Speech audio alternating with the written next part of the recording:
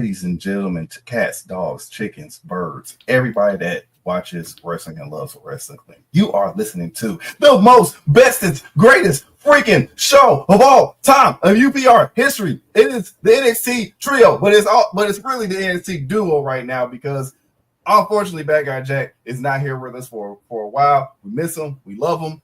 We love him so much, but it's okay because we still got Doberman twins. So, with that being said, I am Frecklesensei. This is Sabrina Estella, aka Wrestling Doll. Dang, I cannot roll my R's worth nothing. But anyway, this was amazing. NXT show. NXT was great. NXT was dope. A lot of things was happening. We are on the road. We are on the road to Battleground. And what happens before the war? There is a pre-battle. And take it away from the first step, Sabrina. Well, we were having the preparations for the battle before the war that will happen at Battleground. And it was quite a fun, entertaining show. And I will say I did enjoy watching it today.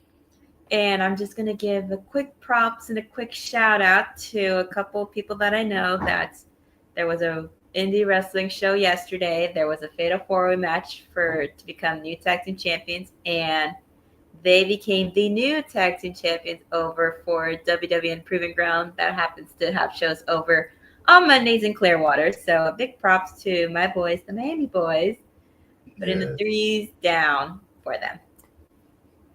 Nice. And I just saw in the comment, George, we still praying for you and everything. I don't know how. I don't even can imagine me losing my mom. So, we'd be sobbing on the floor. We'd be hot messes. We'd be like done with life. I felt that way when I lost my great grandmother who took care of me a lot when I was a younger child. And I didn't want to go anywhere. So I understand the feeling of losing somebody close to you. Right. When it unfortunately gets to my mama, I ain't going to want to do anything or nothing. Y'all are going to have to get a construction site, like all the vehicles that use the construction site to drag me out to get me to live my life. Like I said, it's going to take a lot of healing. But once again, George, we're praying for you. We got your back, and I bet it was. I totally bet it was emotional. So we understand that, and it sucks because this also happened. That Sabu, ECW legend, arguably one of the, if you don't add Paul Heyman, if you separate it like wrestlers of ECW Mount Rushmore, he's definitely on that Mount Rushmore. Him, Sandman, freaking Tommy Dreamer, and I'll probably have to give Dudley Boys one mount of itself. Like they have to have one together. I can't put Bully on one and D-Bone. They have to be a package. If not them, then it's Taz for me. But yeah, we love you, man. We love y'all. We love everybody that are fans. So that was a little finger heart sending my love to everybody. I like doing the little. I mean, I've been practicing it. I've been trying to practice it for the longest. It be looking weird, but it be looking weird at times. But then people understand it, so I'm happy. Listen, as long as people get it, that's what matters. But enough sad talk. Let's bring the mood up a bit by talking some NXT, and it did get a little bit emotional, but we will discuss all that. So NXT started with a quick little recap of what happened during the Battle Royal for the number one contendership for the NXT Championship match against Oba Femi. And we saw a shot of Charlie needing some help. Myles went the other way. He was like, nope, I ain't got no time for that because, like they said, there are no alliances in a Battle Royal. So even if you're there with your partner, There's a chance that they might stab you in the back, whether they mean to or not. But we see them all make their way to the ring. Myles says that last week he shocked the damn world by being the last man standing out of the 25 toughest men from NXT, Evolve, LFG, TNA, and he knows he's going to Battleground. He knows he wasn't our first, second, or even third pick. Was mine, at least my third pick. And that's okay because he's used to it. And he said, like, don't know if you know, but I have a disability, that I am partially deaf, and that it affects his speech.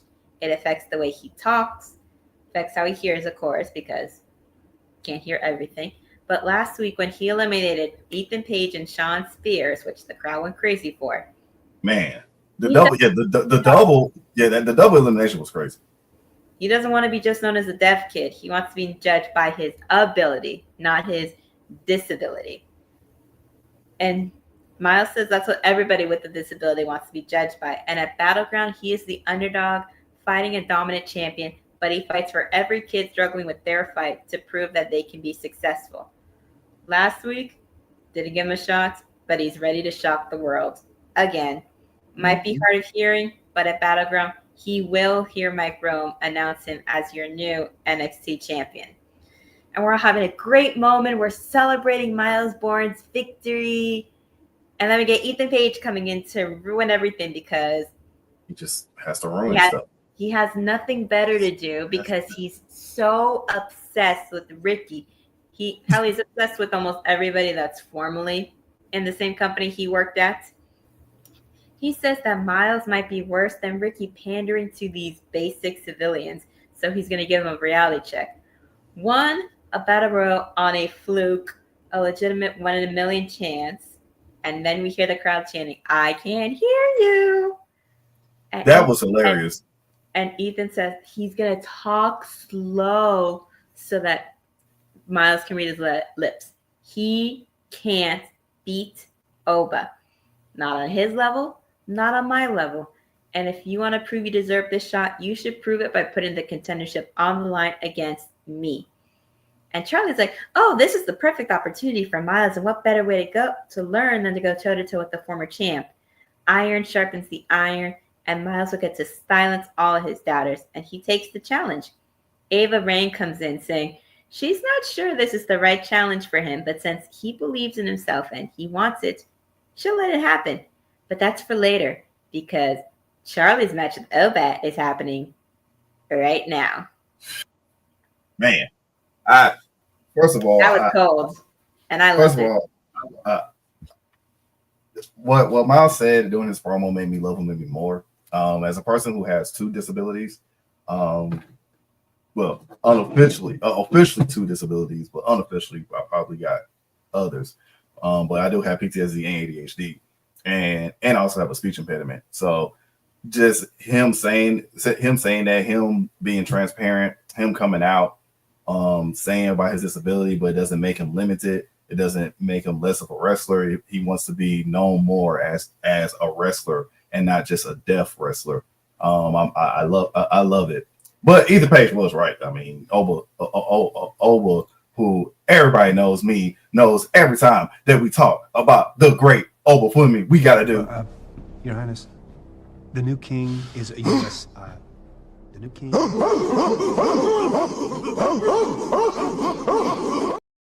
You already know who, but yeah, we know Oba was going to win. But this was just so heart pulling. This was just, it really pulled my heartstrings, and just like any average person, I've tried my hard not to be racist, but any average typical person that looks mayonnaise just likes to ruin heartfelt moments, and that is definitely Ethan Page. Ethan Page sucks.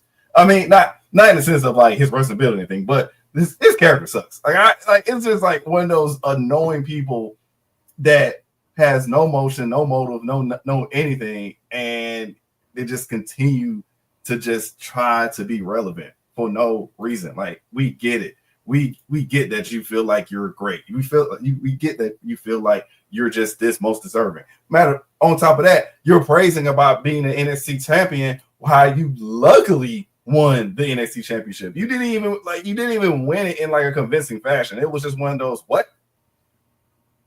Yeah, because he fell because he got his ass knocked out. Like it's just like what? And like I get the persona, the all ego is. I mean, the all ego thing is on brand. Listen, he's been running with that gimmick ever since from the very get-go, and it's not going to change now. And all I'm going to say is, as someone who knew somebody who was partially deaf and happened to be a wrestler, and by knew them, dated them, not going to get too into that, I understand the struggles that Myles Bourne has had from being with somebody who is also partially hard of hearing and has to work twice as hard to prove himself in the ring and to prove that he can hang with the best and to prove that he wants to be judged on how good he is in the ring and his skills, not just because he can't partially hear. That's all I'm going to say on that matter. I'm not going to say anything else. I'm not going to say anything involving that person's character because I don't need to. But speaking of characters being proven wrong, otherwise we have Charlie Dempsey versus Oba Femi. And for a while, we have Femi getting the best of him and beating down Dempsey. And then we have Charlie for a while getting the best of Dempsey and fighting back. And it's just going back and forth. But Charlie takes his fall from grace. Yep. And he loses to Oba Femi. Yeah. I'm still kind of I'm iffy on Charlie only because why did he not go into the ring and celebrate Myles when the other two came into the ring and celebrated? Because this is their way of putting in the seeds that Charlie Dempsey will either get kicked out of the No Quarter Catch crew or, yeah, you know what, Charlie's probably going to some way, somehow get kicked out of the No Quarter Catch crew, even though it was something started by him and the artist formerly known as Drew Gulak. Yep. Now thinking about it, I kind of do miss Drew now. I can't believe I'm saying it. Why? I can't believe I'm saying that. I don't know why. It's just the man is not that entertaining. I think it's just it was just his physical presence in a sense. I looked at him, I laughed, and then I get entertained. I don't know. It was just weird. And then the name, the name itself was just stood out to me. Gulak, like it reminds me of freaking Call of Duty when it's called Goulash, and you have to like fight your way out of freaking hell, literally, with just a pistol versus 20 other people. But I kind of do miss him. I ain't going for it. I do not, but I will say that Charlie Dempsey jealousy is an ugly, ugly thing to go through, and it will eventually eat you up. And unfortunately, your ass will one day be trashed and being taken out of the No Quarter Catch crew, and you're going to have to prove yourself as your father's son, because a good number of people know who your daddy is, but not everybody do. For those that don't know, that's William Regal's son. His name is the name that it is because he came in during the whole Vince McMahon said, no putting your family's name on you. Like him, like Ariana Grace, like Ava. But after all of that, we have Tatum Paxley, and she is very upset on the account of what happened. And I had a feeling that this was the route that was going to happen with this girl, that they were going to have her be upset. She's going to feel like she's being behind again. Why does the NXT creative team have to always make this girl feel like she's being abandoned? This girl have trust issues and abandonment issues times 200. First Lyra, then Wendy for a brief moment, and then boom, split up. And now Gigi and Shotzi and her man all leaving, even though they didn't want to leave. They were let go. But side note, Gigi's got 5 gigs coming up, so look up. Yeah, I've heard she's getting back on the scene. But anyway, she's going crazy, throwing a tantrum, throwing stuff at her dollhouse, basically destroying that character. And you see Thea and Carmen just walking by, and they didn't do nothing wrong, but she had her anger on them, especially at Thea, telling her that, oh, this is your little friend. This is who's going to back you up. Well, she's going to leave you all alone because that's what friends do. They just betray you when they leave. And then she was hurt. Going insane. I feel like she's going to turn into the villain from Saw. Yeah, no, she like the whole crap. First of all, I'm gonna need NXT to have like a I love Ava as a GM as a GM, and somebody had said it early in the comments that she's proven herself that she's a great GM, and I agree. She's proven herself that she can hold her own, or she can hold her own in the GM role. Like, it was great, but we need like a crash out personnel security manager or something, because the amount of destruction, I know the amount of payments and damages they have to pay for every time somebody is freaking crashing out in that backstage. I don't know what it is about backstage, but backstage is just a home of crash outs. Like, you had Tatum, you had freaking Trick, you had the whole freaking Dark State versus doggone Tony D. Somebody needs to control the crash out ism. Yes, I made that up. The crash out ism that's going on in NXT in that background, in the backstage, the crash out community is thriving and growing. That's what's happening. Like, it's crazy. It's almost like literally every week somebody just had enough, and they keep doing the same crash out mode. Like, can we do like a different crash out mode? Like, stop knocking everything off the tables, and the stuff that's on the table does not deserve how y'all just be like just destroying, smacking everything and all that. It's ridiculous. It's like, calm down. It is okay. I will take that job. I'll take that job. I would need some weapons, but I'll take that job immediately. I'm definitely using Triple H and Sledgehammer. By the way, I'm definitely bringing Triple H and Sledgehammer, because if Trick tries to crash out on me, that's a big dude. I'm aiming straight for that knee. I may be strong with the knee. Like I know you strong, but I know a few ligaments in them knees where something that's strong as a sledgehammer can just pop out. Well, speaking of those that want to take someone out, we have Ethan Page warming up backstage when Ricky comes up telling him how he just loves to rain on everybody's parades and just like to ruin the moment. He's like, yeah, I do. I'm surprised it took you this long to catch on that I love ruining moments, and that he's going to win the NXT championship back and take his place and put Saints back in his place as second fiddle. And I'm like, last I checked, you were only not second fiddle at your previous company because you were in a faction. After when that didn't work, they put you in another one, and then another one, and then another one. And how did that go? And how did it go for Ricky for the longest? He was the FTW champion on Team Taz, and then that was it. But Ricky was more relevant to the point where he actually had a belt. He didn't even need. What made it even crazier is, I'll even take a step further.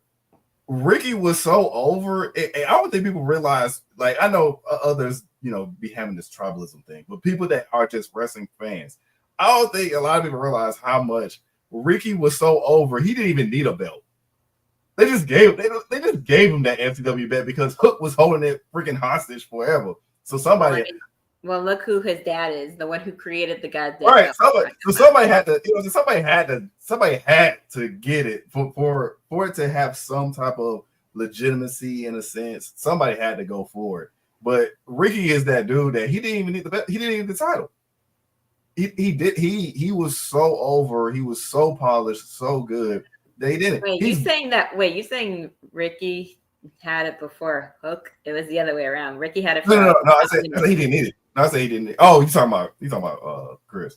But yeah, that too, because you said that like making it sound like Hook had it for much longer. Ricky was in the company way longer than Hook was ever around. That's what I said. Yeah, Ricky was weird. Yeah, Ricky didn't even need the title. Like I said, they just had to keep. No, it was just his congratulatory award for being over in the company. Oh, you're doing well in the company, but we're not going to make you the champion of it. Congratulations, here's a mid-card title created by one of our commentary members. Right, like couldn't even give my boy the Continental title or nothing. They're just like, here, couldn't give him the TBS. It's like when they made the belt in WWE after someone held it hostage for over 1,000+ days. And like I said before, it was it's the sorry y'all can't beat Roman Reigns, but here's a belt for you belt. I think, yeah, one part, yeah, it was definitely him holding it hostage for that long. They had to come up with another title. But I think also another huge thing was Triple H loves his reign of terror was having that world heavyweight championship belt. So I was surprised that he brought it back. I mean, it was like when you even think of Big Gold outside of Trips, I think of Booker, Batista, WWE wise, WCW wise, I think of he who should not be named because the person's not here. We can never say his name. But I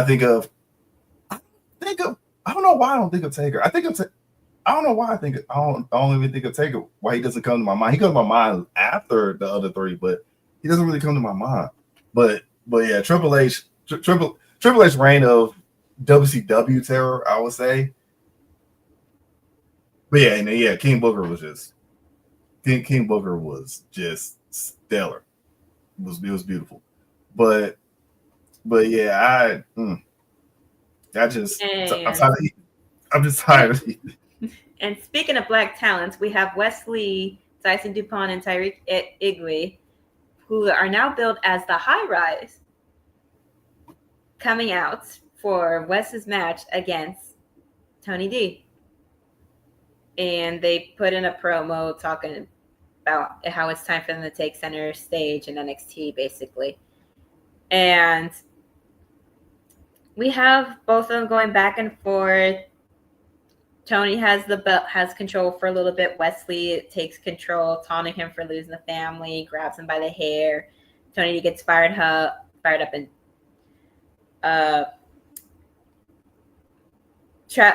does some headbutts on him to the floor and throws him into his boys. And he's ready to go and take him down when Stax comes up on the Titantron in front of a house saying, I knew that this is where you're going to hide Rizzo.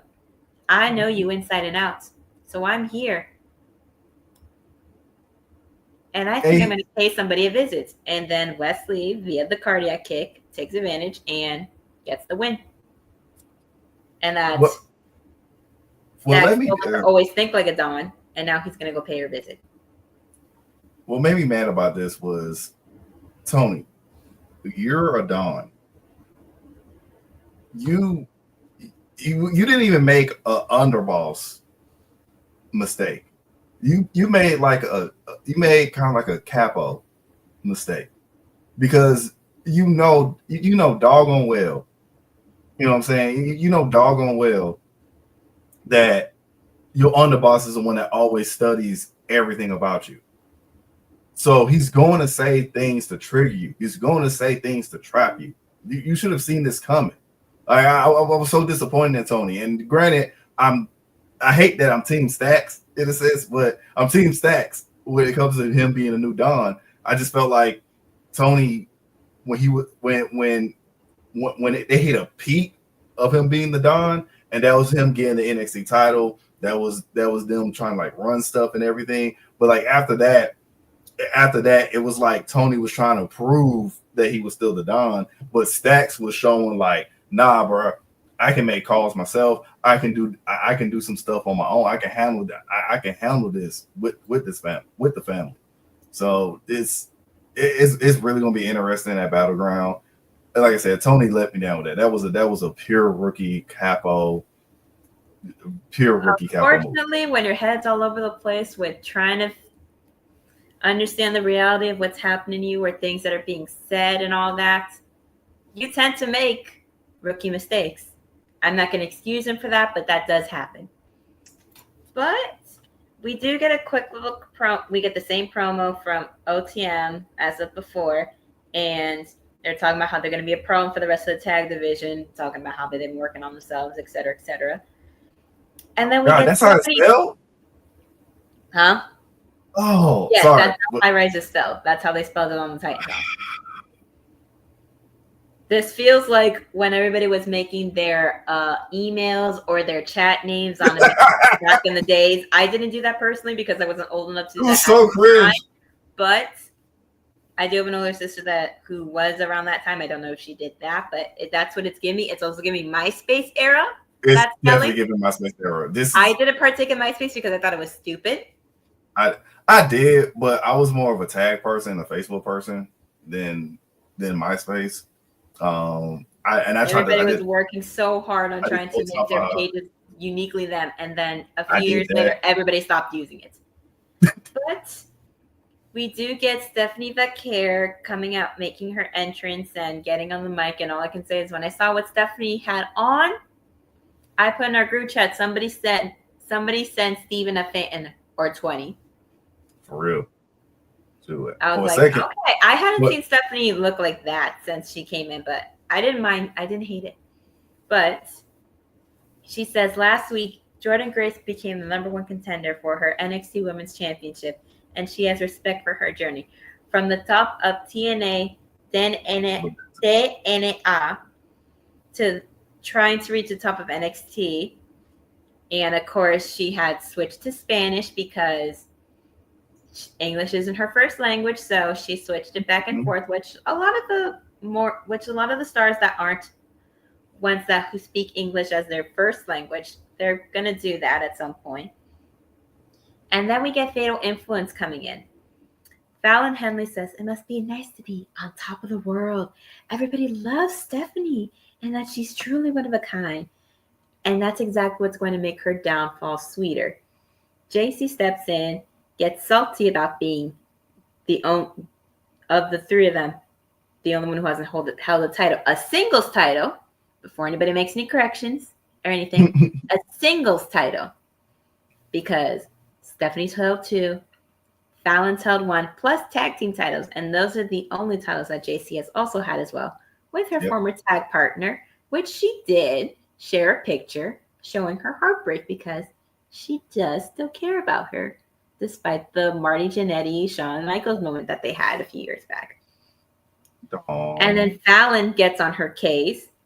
And then George waited. I'm sorry to cut you off, but George waited perfect time where Jack is not old to say he perfectly timed this.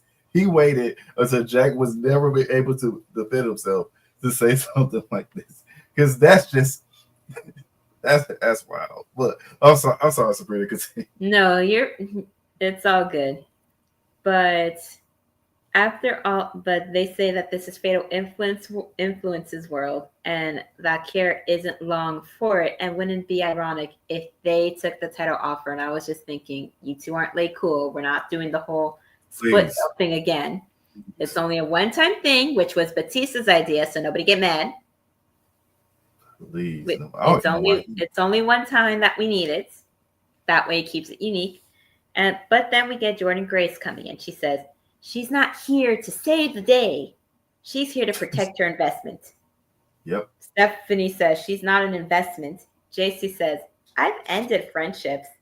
And Fallon says, that's the past.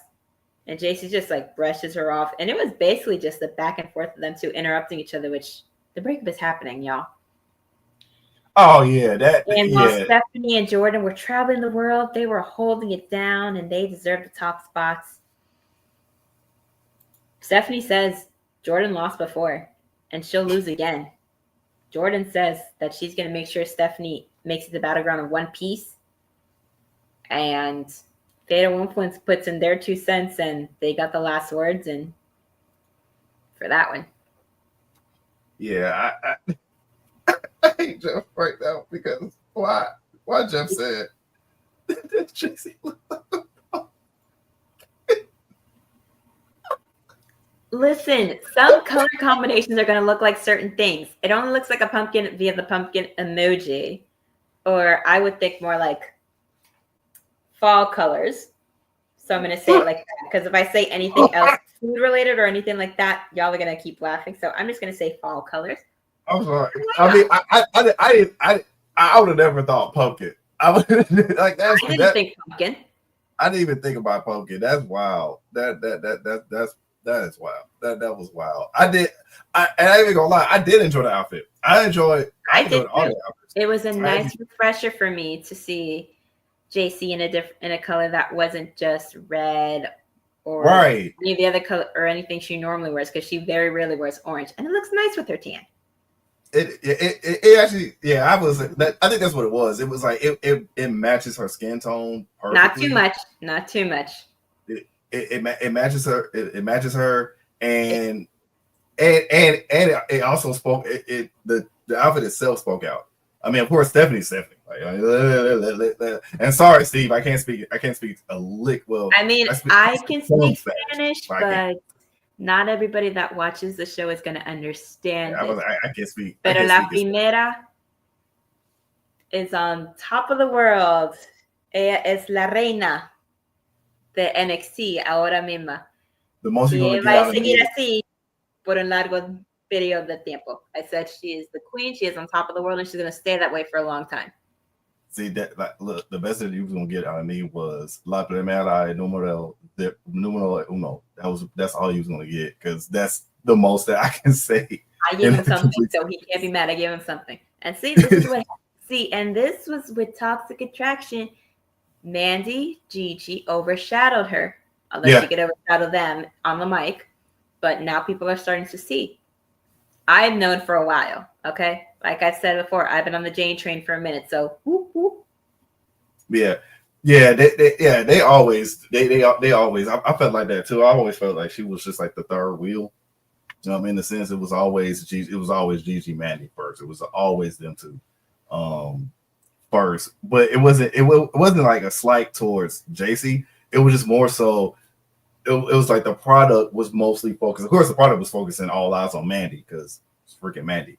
But it was mostly of like you got Mandy, you got this is gonna sound so messed up. You basically got a baby Charlotte and you got a baby Becky, and that's what it looked like they was trying to focus on. I mean, I was going to say that also there are a lot of people out there that like women that look like alternative, that look kind of like hot topic-y, like that. Yeah.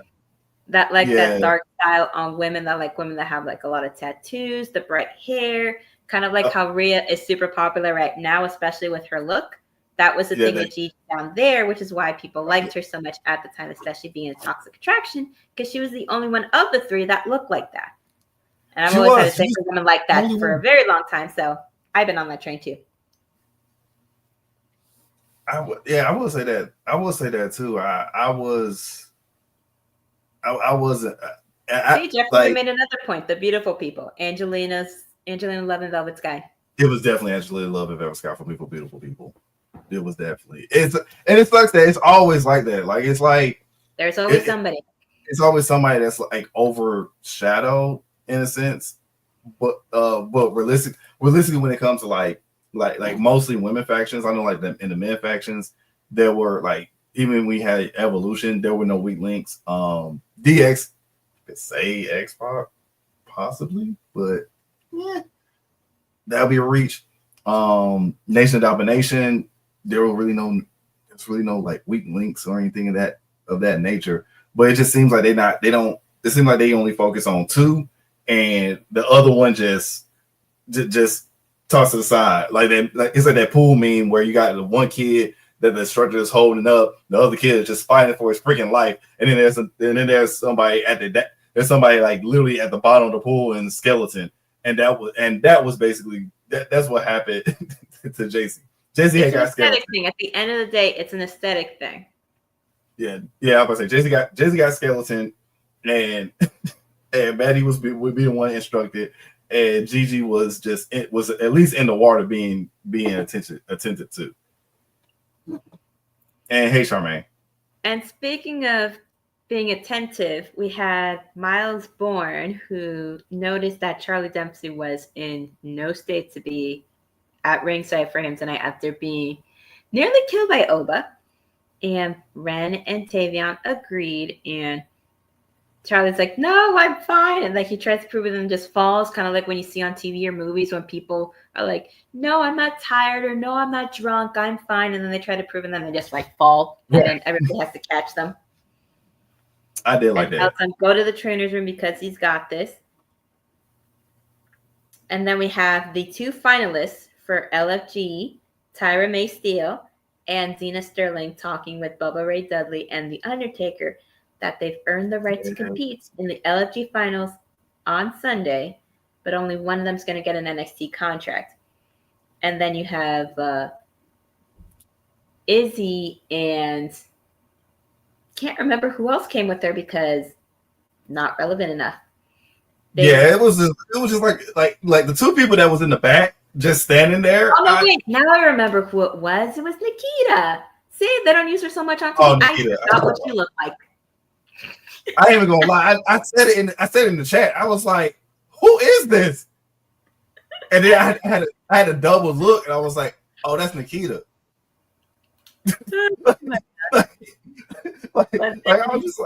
I just started thinking to myself, "Oh, they're just talking trash because they have nothing better to do because they're not being used for anything except Nikita's going to go to TNA on Thursday to team with Masha for a match against Victoria Crawford and the artist, the creatively expressive artist known as Tessa Blanchard this week. And then you got Lola Vice and Lash Legend rolling up, and Lash is like basically calling her out. And she says, whoever is going to win, I'm going to make you wish that you didn't. And so they're basically telling those two that good luck. Staying on business. And then you got Tony D rushing to a car after his match is over to drive to the safe house to go save Rizzo. They even bring the cameraman with them because they were trying to talk to him, and he's like, "I got no time. I ain't got no time for that," and left. This definitely was not a great, like I said, not a great moment for him. Once again, he pulled a working move. He pulled what I would call a capo move. It's like, you first start again some leadership. You can take some, you can dish out a little bit of order here and there. You over, at least like, you over, one or two people here and there, whatnot. You don't have a whole family. You just got, you got two cousins basically. But yeah, Tony let me down with this. I did like how Stack showed up in all black. Him with the all black was cold. I need more all black Stacks. Somebody put that in the chat. Somebody put all black Stacks in the chat because I need more of that, because that was a little grimy. And I do think, and somebody else said it earlier, I do think Rizzo is on Stack's side. I mean, it wouldn't surprise me if she were just hiding it really damn well. I mean, we're going to see the true magic of Stacks as a heel, because I've seen it in promos and old matches that he's had, and the executive consultant who has done ring announcing before and worked with a lot of indie people has seen it in Channing Stacks Lorenzo, formerly known as the mother lover Jake Tucker. Yes, that was the name and the gimmick. Still funny that he went by that name. Take a wild guess about it. It was a very entertaining one, I will say that. It was very funny to make fun of him because everybody used to call him Jake Paul. No, oh my God. Wow. Yeah, exactly. But anyways, speaking of those that get compared to other superstars, we have Myles Bourne going up against Ethan Page. And it was a pretty good match. I mean, there was definitely some good chemistry between the two of them. The way that Ethan Page stopped Myles Bourne's drop kick, I hadn't seen it like that before. No, for real. So props to him for those that say that Ethan Page isn't creative and can't wrestle worth a damn, because that man can go. But I mean, with the jackknife pin, Myles Bourne keeps his number one contendership for the NXT Championship, and he will face Oba Femi in a week's time. Thank God, because of course, I'm thinking they're not gonna run this Ethan After versus- what just happened with Myles and what happened before, and everybody going crazy, they're not just going to hand the title opportunity to Ethan Page, who got lucky the first time he won. He's not winning again and getting lucky again. At first, I was like, he's only going to get wins on flukes.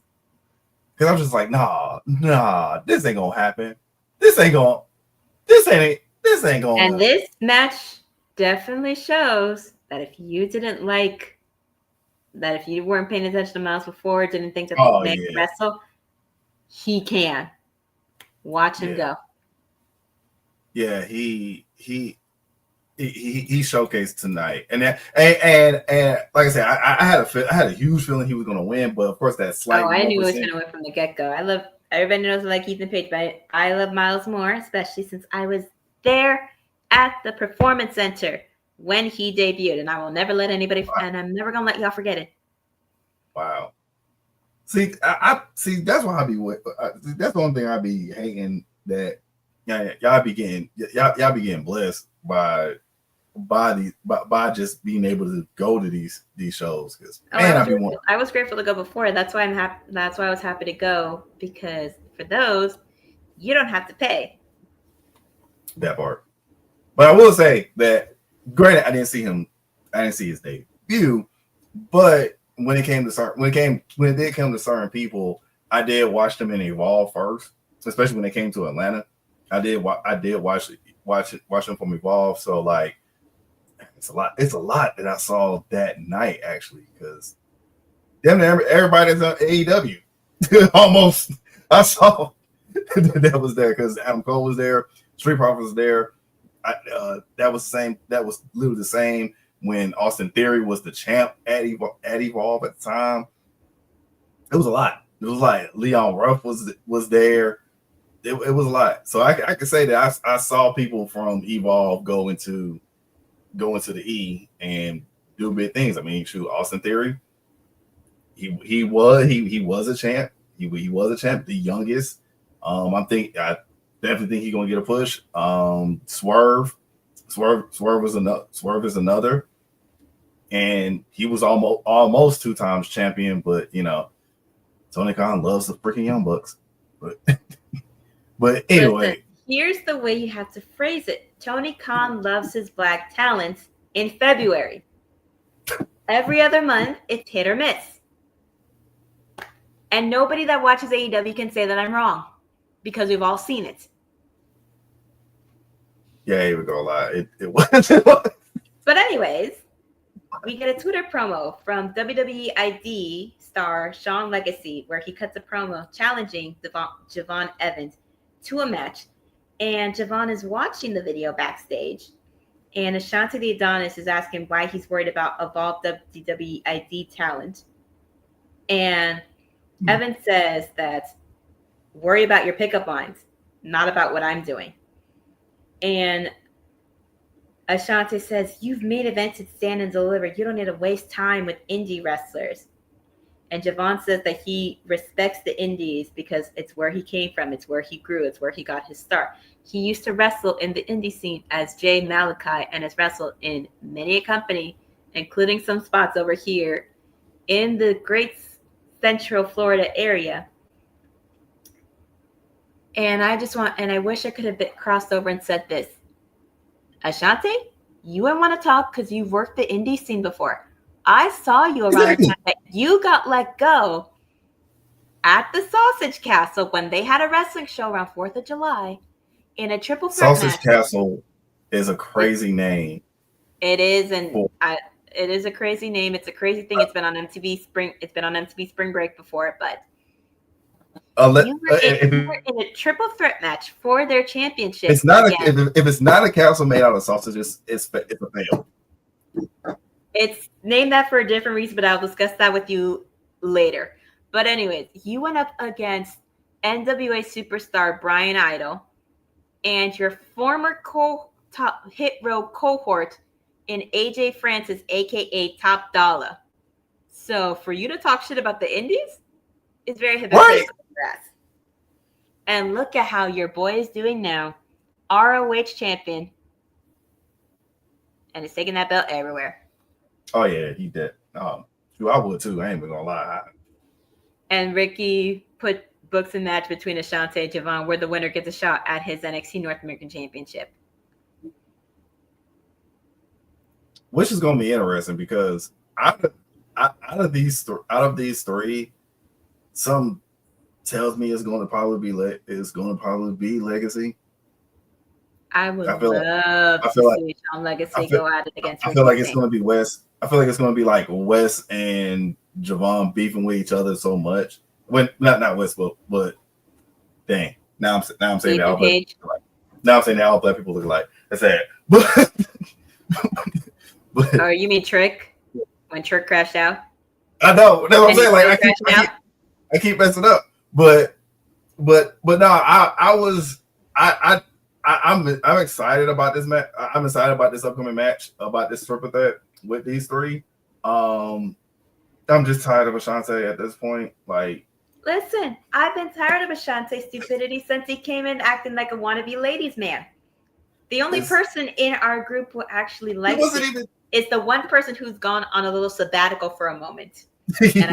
And listen, partner, I love you. I've worked with you for close to maybe 3 years now. I love you with all my heart. Your choice in defending in Ashante for anything that he's done or said is very questionable, and I'm judging a lot. With the capital J. With a capital J, with a capital L, with a capital another J. 2 J's I'm adding to it. But anyways, we get a quick little replay about Stacks at the safe house. Tony D arrives there. He tells his driver to get the rest of the boys. And he gets out of the car. And Stacks attacks him and whacks him at the knee. Tells him that I'm always one step ahead. I've been studying you. I know what you're going to do before you do it. I've been studying you as the Don. And he gets up and throws a few punches, but then he gets shut back down. And he says, I humiliated you at Stand and Deliver as a choice. And Battlegrounds, I'm ending the family for good.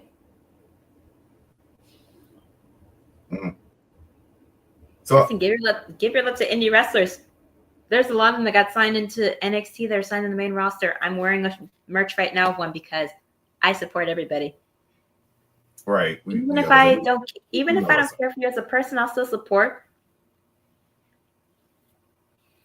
But after that, we get. I'm never gonna lie. I am surprised that he's still. I am. Out of all the people on Hit Row, I am a little surprised that only half of Hit Row. Well, he's the only one that got brought down to NXT and is still stuck down there. The other one's in AEW doing his thing, and the other one is on the main roster at this point, becoming a improv tag team with Michin because they don't know how to properly handle their women's tag champions at this point. Just get rid of the belts if you're not going to give respect to the women's tag team division, unless the qualifications are random makeshift team. So I guess Jeffrey wanted to be Jack. And then Jack's word. Yes. This is so on brand for Jack though. This is so on brand. Jack will say something. Jack gonna probably rewatch this and see this, and he's definitely gonna be like, "How I catch a straight? How dare you to throw a straight?" He knows how I feel about Ashante. I've talked about it on the air with him. But anyways, we've had the crash out of Tatum Paxley, and she's going up against Thea Hale, and they're going back and forth. And with the way that Tatum looks, she looks like what a lot of girls on Instagram that dress in that similar vibe that they do while still being on trend, because especially with those boots that look like it's being covered by something else. That's what it looked like to me. It was like a very personal stylized take on modern trends for women. And then you have Thea Hale in her green gear, which is very nice because, again, we're in May, Mental Health Awareness Month. You're green. It's what I've been doing, wearing green on the air. But back and forth, and we see Thea put her in a few submission holds, but she's had her too close to that ring, to the ropes that she let go. And you have Tatum just losing her mind to where she's trying to gouge her eye out, and via DQ, Thea Hale wins, and then she goes back to gouge her eye out, and more refs have to come in to pull them apart. Yeah, that was why I haven't seen that much eye damage since freaking Aleister Black. That was the amount of eye damage that I saw was just ridiculous. And yes, once again, crash out. Everybody just having freaking hashtag crash out community. Freaking crash out community. Because that's what it was again. Like I love the gated home for the crash out community. It's being built right now as we speak, and it's being ran by Trick Williams and Tatum Paxton because they are the heads of that right now, because they're having the biggest crash outs at the moment. They definitely are. Trick definitely is like the whatever you want to say. He's literally the head honcho of crash out. Now again, we got Chase U, but at this point, we might have a crash out university coming up soon with all these people just going crazy. But Tatum was impressive. I always said that I love me some Thea Hale. I always love the spunkiness that she has, the fiery attitude, and I do enjoy this new thing that she has, where it's just that I'm a grown a woman. I love it. I hope they keep it. I hope they keep everything, even the banner visual, the song, all of it. It's just nice to right out the park. I don't know if I enjoyed the DQ finish. I get it because once again, Tatum wanted to crash out and all that type of stuff. But it's just like, ugh. I mean, apparently they like making this woman crash out because her friends keep leaving her, is the story that they're going with, because apparently this woman can't keep any friends. But anyways, we have them watch. We have backstage, we have Zarya and Soruka in the locker room. We have Kaylani looking for her. She's complaining to Zarya about, why did you spear me at the match? And they went back and forth, and Zarya said, you lost at the end of the day. We can run it back. The results are going to be exactly the same. And Kaylani's like, you know what? Let's run it back. And if I win, I get a title shot at it. And Soul agrees to the chance to have a title shot with her. And of course, we had Jada complaining about everybody being like Thea Hale, so she walked away from that. And we see Zarya being upset with Soul and just like going back and forth with her. And then Soul's like, well, what? Why are you looking at me like that? What did I do? I will say, shout out to the stylist, because I want Soul sweater. That was too cute. I will say, I don't know what it was, but besides it being like crap, like just being crash out. And I want Zarya's sports stuff. That was cool. Today, for some reason, the word typically, and it's so perfect timing for this, because today's word of the day is crash out. It's not even crash out, it's bitching. Literally, it was like 3 people that kept saying it, and they were just like, "Good God!" Like y'all can't figure out another word to say besides that. You definitely had the top 2 contenders of the word of the day was definitely crash out or definitely bitching, because good God, everybody was just like, why?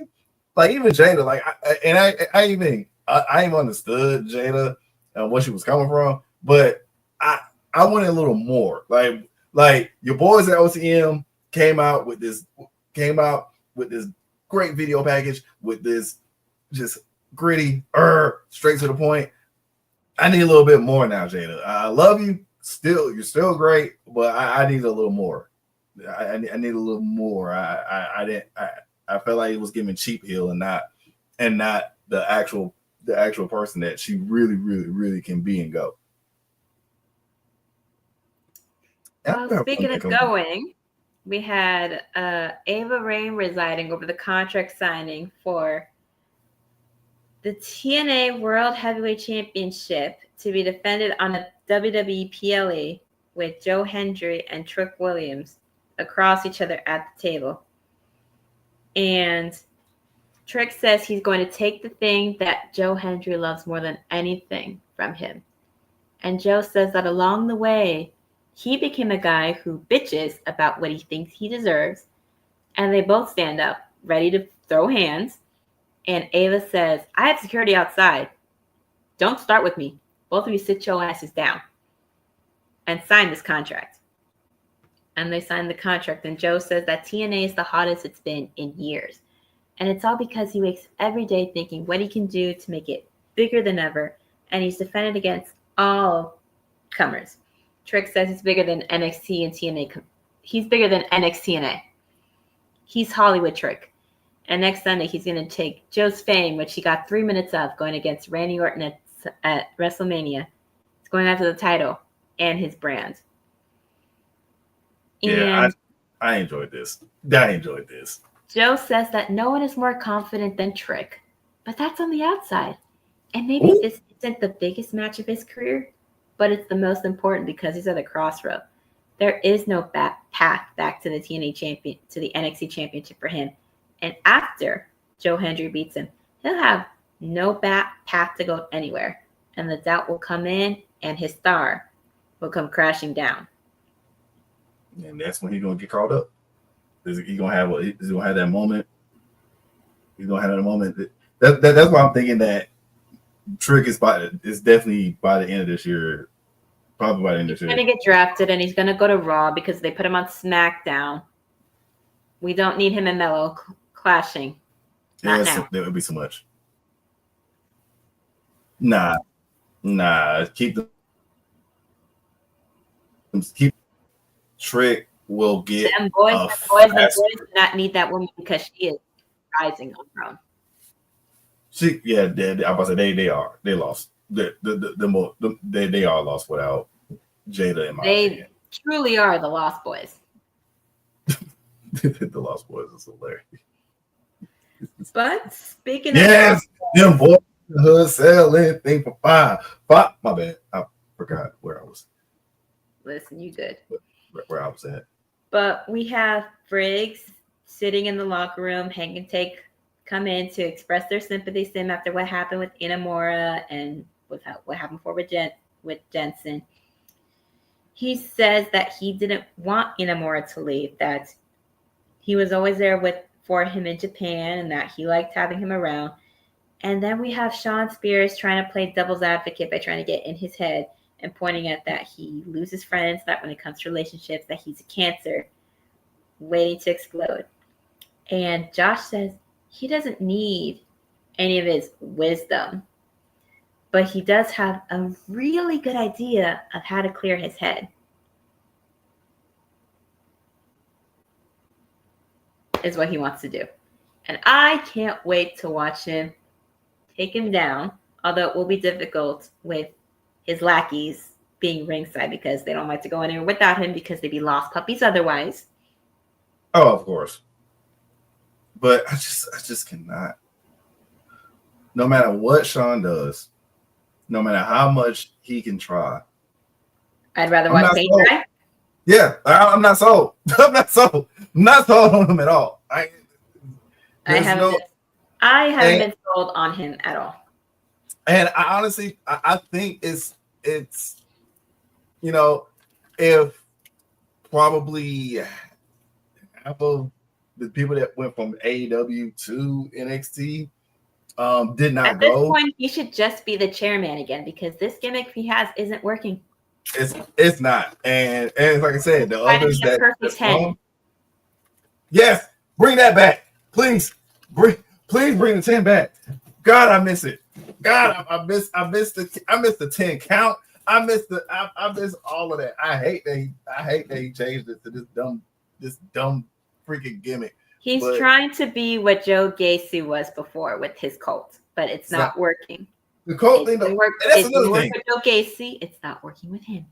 And that's another thing. I am tired of I am so, and I hope this gets clipped. I'm gonna make sure this is clipped because I am so tired. I'm so annoyed of it's almost like every other year, every 2 years, we gotta have some cultish like gimmick. Leave the cults alone. The last great cult was Bray Wyatt. After that, there should be no more cults. That was the epitome. That was the epitome of cults. Besides Taker's cult and whatnot, that was the epitome of cults.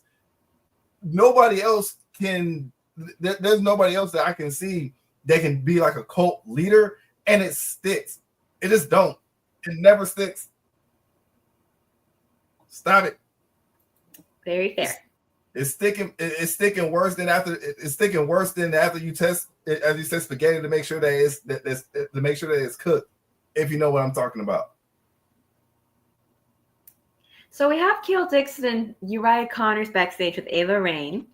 And she says that you guys have texted me like 50 times in 15 minutes, each, separately. What is going on? And they tell her, Chase U is back in full force and they want to get the ball rolling with some matches. So who you got to go against this next week? And Andre Chase rolls up and they're talking about how they're getting their match. And then their opponents are OTM. And then you have Andre Chase being like WTF, which I was dying laughing because that it's always funny when he just randomly swears. It's just funny. I love it. I know a certain person in the NXTrio does not like it. I find it hilarious. It was so funny. And I said in our group chats, it's perfect time. They're gonna die. Next week they're gonna die. Yeah, they are. And I hate it because I love the Chase U feel. I love the Chase U thing. I love it. I've always enjoyed it.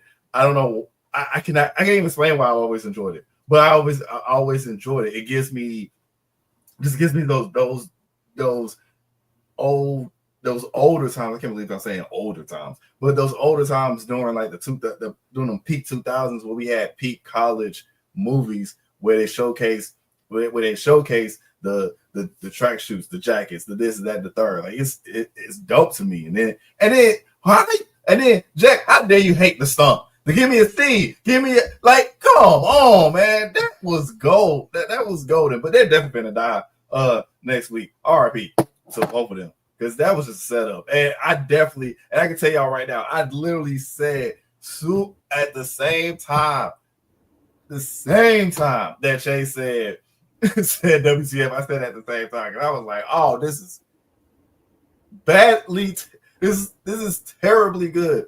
Because it's going to be great for OTM, but it's going to be terrible for them too. Because it's like, I get it. OTM needs an opponent where they go look dominant. They let it back. They let it back in business. They gotta have a dominant squash type of match. But did it have to be Chase? Did it have to be Chase U with them having their first match? Like it's like God. Apparently it had to be. Just sacrificial lambs, boy. I mean that's basically what it is. But we had our main events. We had Fatal Influence, Fallon Henley, JC Jane, no Jasmine, versus Jordynne Grace and Stephanie Vaquer. And I enjoyed the hell out of this match. All four women put on a show. It was a very entertaining match. I enjoyed it. Oh, yeah. They worked well together. And with some beast mode from Jordynne Grace. Unfortunately, the leader, and I only say it in air quotes because I'm not the one that says it. He doesn't say it either. Our other cohort who is not here is the one that says that. Unfortunately, she took the pin, which would not make him happy. But on the bright side, she was in the main event, so you can't be too mad about that. But I think this is also going to push them breaking up because JC is going to get irritated with the fact that Fallon is consistently trying to get title shots and title opportunities for herself. Mm-hmm. And Fallon is annoyed at JC for trying to butt in, trying to take title opportunities that she probably feels like she doesn't deserve. but acts like she thinks so. And they're just going to inevitably break up. And the only thing that made everybody else unhappy is the fact that we didn't get a devil's kiss. I thought that was like the first time we didn't get it. Well, that's because they stopped it. So, like, at least Roxanne took it, even though she wasn't on her knees, which Stephanie kept yelling for her to get on her knees so she could take it better.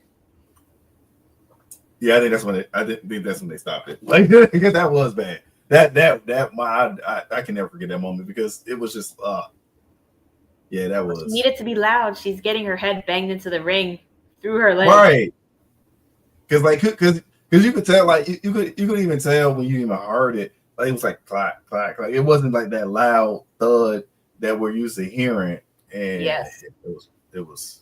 I was just thinking, like, girl, Stephanie's been doing this for a minute, and she's had matches. Right. You couldn't have watched it back and see how these people take it, so you don't look like an idiot. Exactly. Booker T will be fine not seeing it for one night because he will get it at Battleground, and he will get it next Tuesday. I don't even know. And after the match was over, I don't think he was okay. I don't think he was okay. He'll live. But that is, and after all that is said and done, we had them having their moments. We see Jordynne holding on to the belt as the ref was getting it, as her way of saying, this is going to be mine. But they have their stare down moments. And that is NXT. All right. And with that being said, we forgot to shoot a commercial, so we'll shoot just one commercial, and then we'll be back with our final observations and plugins and what in the world is going on with UPR this week. We'll be right back. This is NXTrio. Getting back on track, Charmaine wants to know how you feel the release wrestling. Willie, how you feel about the release wrestling? I can't stay. Thanks for coming, Charmaine. It's obvious to me that you tapped in while we were live and missed the first 10 minutes of the show because we talked everything about the release wrestlers in the first 10 minutes of the show. But now that you're here, I'm gonna ruin the show for everybody else, for Jeffrey, for Todd, for George, everybody that's been here for the first 10 minutes. We're gonna start the show over again. Ready? All right. Hold on a second. Ready? Where's the entrance?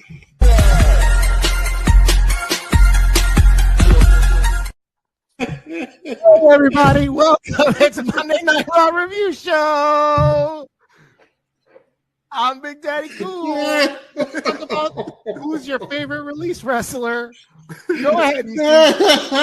Oh, look, he's crying because of he's crying because his favorite wrestler got released. I said release. Release. He's crying because of Jakara Jackson. That's his favorite release. What is the next thing that happened on Monday Night Raw, Big Daddy Cool? Get back on track, okay? What happened on Raw? Oh, hold on. Well, that's another name that may not be mentioned while we're on the air because otherwise they'll throw a fit.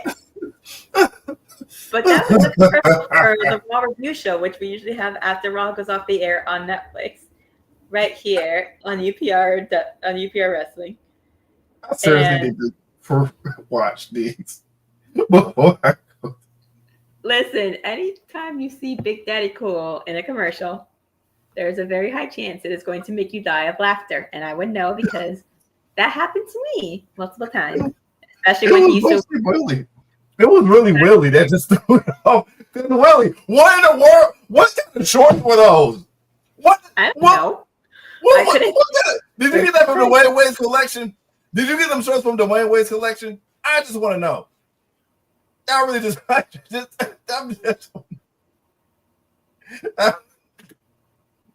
even talk. I can't even talk. I can't get my words right. Ladies and gentlemen, Frecklesensei has officially been broken by Willie. But we do have something for everybody here for UPR. Yes, and I'm going to talk about the wrestling side of things. So, We have the Mike Knox Show, the show for the intelligent wrestling fans here on Unpopular Review. We have the Rated R Review Show with EC, Big Daddy Cool, and Steamy Willie beaming the NXTrio on Tuesdays after NXT goes off the air. All Elite Women talking about AEW Dynamite after that goes off the air with the watch-along that they had last week to try it out for the very first time. We have top 5 and or predictions on Thursdays whenever we decide to do them. And then we have the SmackDown Penitentiary Saturday review shows of Friday Night SmackDown with the Wardens, V, Vic, and the Z is Silent, and Collision reviews on Saturday with Nat. And we also have plenty for people to be on the lookout for on the entertainment side of things, which I do not know everything that is being discussed, but as you can see right here on your screen, you already know. plenty to see. Go ahead. Yes. Typically what we have is just something for everybody. If you like Daredevil, we have a trio for that. If you like Kanan and the whole Power series and the Power saga that's going on, we have a show for that with the Millie Blaze show with Mike, his wife. We have also the Trio of Destiny that actually one of our very own executives is a part of that as well. And then you also have me. I was playing. But you have me, Mike, and Vic Damone Jr. that Mike likes to say as part of the Wolfpack Trio, which we are going over one of the best comedic franchises in history, which is American Pie. Yes, we're doing 1, 2, 3, which was technically Wedding, and 4, technically the Reunion. We're not doing all the other ones because there's too many of them. Doggone it, it's too much. The only spin-off that I saw after that, I was like, all right, I'm done. And then we also have, when it comes back, challenge also the challenge with also my other certain guests such as CT. See the superior. Shout out to her because she also does stuff with one of our very own BadGuy, Jack. So love you. Still want to do something with you because I was close to being a judge between you and Jack's whole spit spat debacle between Mario and Sonic. And I will say Sonic is beating Mario any other day. I don't care about research or none of that. He's beating Mario every single day, any day, twice out the week, without the doggone Chaos Emeralds. Doggone it, he only needs 10 rings to beat Mario. But that's all I'm gonna say about that. But Sabrina, we know that you do things outside of UPR, but still wrestling related. So tell them what you're going to be doing soon coming up. Well, I run my own YouTube channel, The Unofficial Camera Woman, where I go throughout Central Florida and occasionally south to record wrestling matches and put them up on the air. I was at a wrestling show this past weekend. I put up pictures online, and I am very upset. I'm very happy, but I'm also very upset because Matt Sydal and Buddy Murphy were there, and I couldn't say anything. Walked by, and I was too late to say anything, but I saw some pictures of some friends of mine getting to take pictures of them and say hi.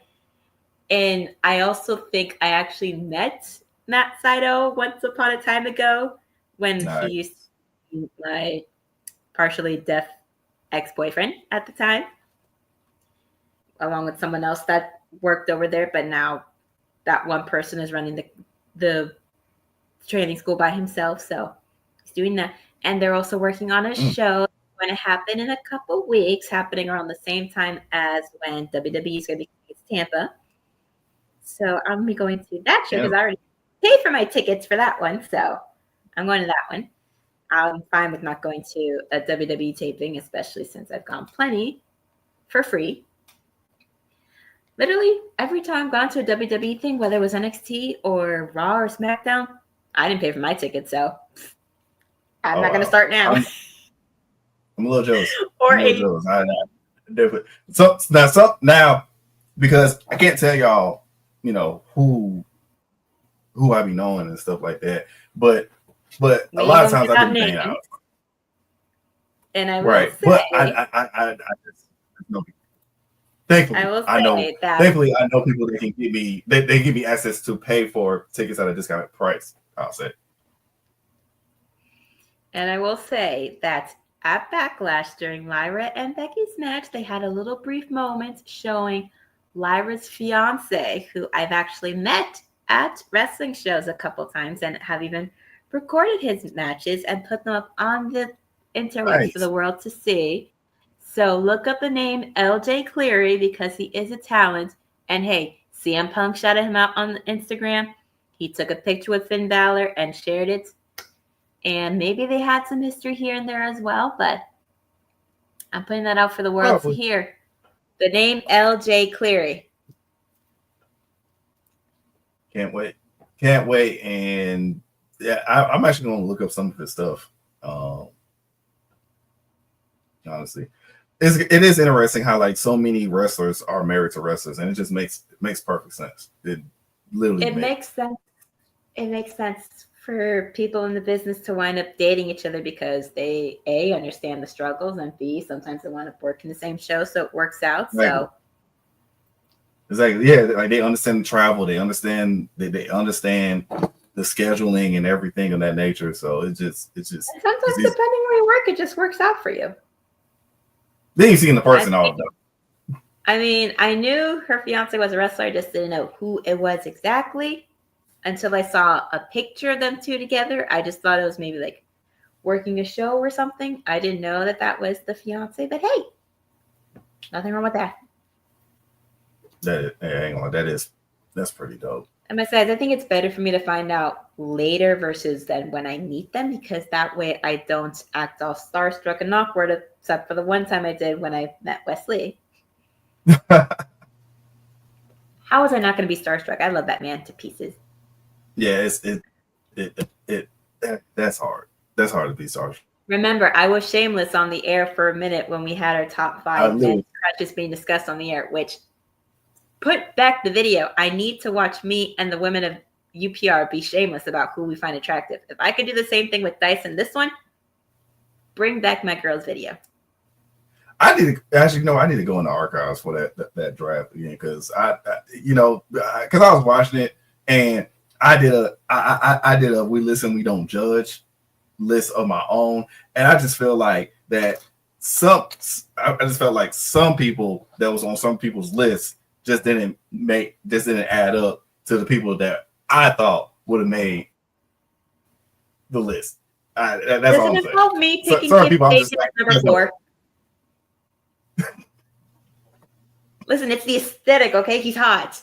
With the blonde hair, he was hot. When he had the pink hair, it was hot. When he had the purple hair, it was hot. With the brown facial hair, okay? And the tattoos, I find him hot. And I picked Penelope in my honorable mentions. How can I not pick her husband? Okay, I that's a fair point. That is a fair point. I did. Yeah, he did, and he did that to be petty for the most part. Now I will say this because if y'all check, speaking of me being petty, I have a petty streak when it comes to drafting because even on the UPRE side, us as of the Wolfpack trio, we did a draft ourselves, bringing stuff from the UPRW side of top 5 Marvel movies overall. That includes MCU, Sony, Fox, whoever decided to make a Marvel movie. We counted it, and I literally stole because it was my first pick. My first pick, I was definitely not. I wasn't going to pick it. But the second pick that I picked was Petty because me and Mike been hanging out a lot. We've been talking about a lot, and so I know a good amount about him, and so I know that Captain America: Winter Soldier is like that's like number 1 for him. My second pick, because I kept getting the first pick every round. Literally every round I had the first pick. I went ahead and stole Captain America Winter Soldier from him in the second round. I went ahead and got Infinity War. I got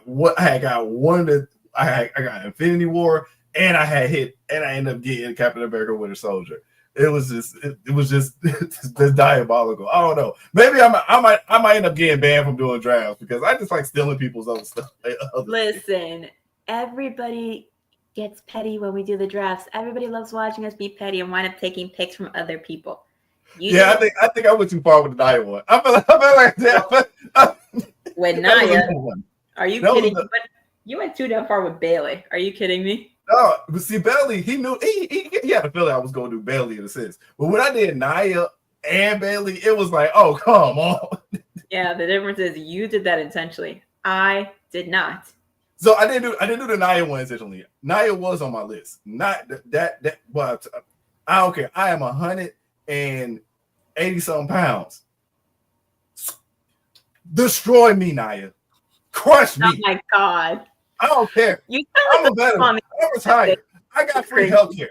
I got free healthcare. I'm good. I'm receiving secondhand embarrassment and cringing right now. But that's all the entertainment that you can see here on UPRW and UPRE, whether we're being petty or not about everything and anything. Drink some water because I was getting thirsty. And depending on what we review and or discuss, you'll hear the pettiness happen all around. All I know is whenever we review the movie Sinners, I Want In because I loved that movie. Oh man, I've seen it twice, and I'm trying to see it again, and again because I got the A-list. So, but we're going to let everybody go. Thank you for watching us be crazy and goofy with some unhinged insanity, as titled tonight's both on NXT and on here. So tune in next week for us while we discuss the Battle Before Battlegrounds Part 2, basically. Yep, we own the world for Battleground, and you gotta have many battles before you get to the war, and that's what it was. And we say goodbye to y'all. I was trying to figure out what is that a West? No, I'm trying to do the 3 thing that they do. My Miami Boys. That's the tag team that went earlier tonight. Oh yeah. Oh okay. The 3s down. Wesley did this. Yeah, I say yeah. Yeah, but like I said, like we said, y'all, that's it for us. Please check us back, not us literally, but check us as in UPR back tomorrow with the women plus the Mad Dog on Wednesday night right after AEW. I don't watch AEW because I ain't got cable, but that's the only reason why I don't watch AEW because I ain't got cable. But with that being said, we love y'all and good night.